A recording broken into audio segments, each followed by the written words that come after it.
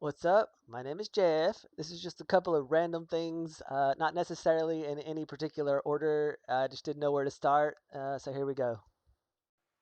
Syncing units is a basic skill everybody should know. Um, Here I am putting them in a vertical line on one side and a horizontal line on the other side. I couldn't fit this one in, but they have the same number of units going each direction.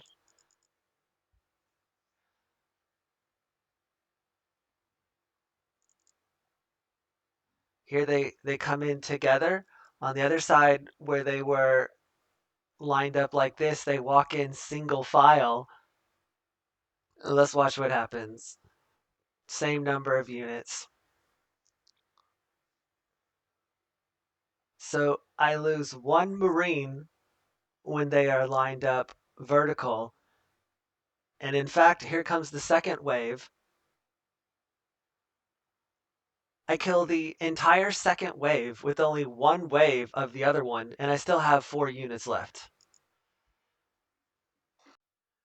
All right, let's say you and a friend were making the exact same units.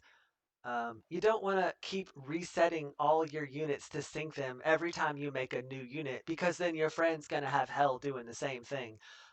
Rather, what you want to do is get a timer going with you and your friend, and then as you make another unit, you're going to press escape to cancel the unit you just made and manually requeue it. In this case, it's the queue button. So as soon as the units are about to spawn, you press escape and queue. And ideally, you guys are walking out together like this. Rather than, let's say, you spawning at the same time, but you are way up here and he's way back here, and you're separated by a very large amount instead of walking in together. So, in that scenario, his units would spawn first, they would walk up to your units, then your units would spawn. So I have to make this point before I can make my next point. This is a Kerrigan.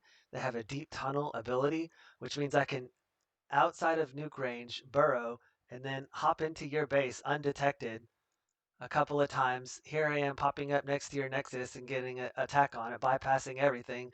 I can even go inside of the Nexus, which is what I just did, pop out, and here I am attacking you from inside the Nexus. And the best way to prevent this is to put a bunch of Nova around the Nexus. So my point is the best place to put Nova is around the Nexus. Nova have an ability called Sniper Shot, and when you have enough of them, they will basically one-shot a Kerrigan, a Zeratul, and a Stukov. So here I am placing them around the Nexus because that's the best place to put them to prevent a Kerrigan snipe later in the match. And you're going to need quite a few of them. Typically, I like to have them all come out at the same time for most of the game because you're trying to catch one of those heroes off guard when all those units walk in at once and they just overlooked it. But however, the later the game gets and the more likely it is that a Kerrigan snipe is going to come in, you really want to have them come out in two separate waves or completely unsynced altogether. Because if you don't, a good player is just going to wait for that wave to go past and then they're going to get they can basically take down your entire Nexus, and the only way to prevent it is with other heroes or a nuke. The next thing I want to talk about is these mothership cores. They are used for detection, but their primary use is this area of effect spell called Time Warp that slows everything down that goes into it. However, when they all come out at the same time like this, they cast Time Warp all in the exact same spot. And that's just if you're doing that, like you might as well just delete all but one of them. See here, they cast them all in the exact same spot. That's no good. So here I start spacing them out 6 or 7 seconds apart. So at least there'll be a constant wave of them coming out and casting time warp. Depending on where the units come in at is where they're going to cast the time warp. In other words, if they're way up here, it's going to cast it up here. If they're in the middle, it's going to cast it there, so on and so forth. Um, this is still not completely ideal because if a good player is going to grab a point drone defense off of the Nexus right here, and they can trigger all these cores before they even get to the wave, uh, and then they won't have a time warp ability to slow down the air units or the ground units or whatever. So here I have split the cores half bottom and half top. This just makes it a little bit harder for a point drone defense player to trigger these cores because, unless the cores are all right next to each other, which they kind of will be once they get to this bottleneck right here.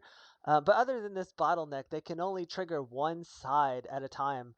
Um, I would have put them like somewhere in this area and this area, but this is a vulnerable spot for a player that knows how to Kerrigan harass, or if they can get any heroes up here, this is a vulnerable spot. So you should only build down here if you're feeling really confident, or if it's after reset and heroes are gone. These are the best places because it's really hard. But by the time a core pops out from here, it's more than likely going to get its time warp off before someone can point drone defense successfully. But you can see how I still have them spaced out like 6 seconds apart here, and they just come in together like a zipper constantly. And this is just the best way to do it. All right, let's talk about Scourge placement. I like to put them to the very north and to the very south at the same time in one form or another. The reason is so that we can flank these time warps. This whole setup here isn't really good for showing you what I'm talking about, so you're going to have to kind of use your imagination. But these time warps often, may trigger way over here, and so it'll slow these down over here, but these guys over here have free reign to come in without getting time warped again. Again, it's not really showing you because the whole setup of like my units and their units. This is very very odd scenario here. But anyway, um, you're just trying to flank around these time warps when possible. If you had all the Scourge directly in the middle, odds are the time warps are going to pop in the middle because just whatever wave you have coming in here, most everything gets concentrated in the center. So that's just the hardest place typically for any unit to go down. So you don't want your Scourge going down the middle most, if ever. You want them coming in from the top or the bottom. All right, let's talk about unsynced Scourge versus synced Scourge. Here I have 15 unsynced Scourged, and I have 30, twice as many Scourge on this other side. And I'll speed this up a little. So half as many coming in, and look at that. I kill this entire wave with half my Scourge. There's one left over that time, but let's run this again. Unfortunately, they clump up right there, but half as many Scourge, half as many. Look, now I have 3 extra. This was my first video. I know the quality was really bad, but I think the lessons were good. Leave a comment what you think or what you think people should know, and maybe I'll make a video on that.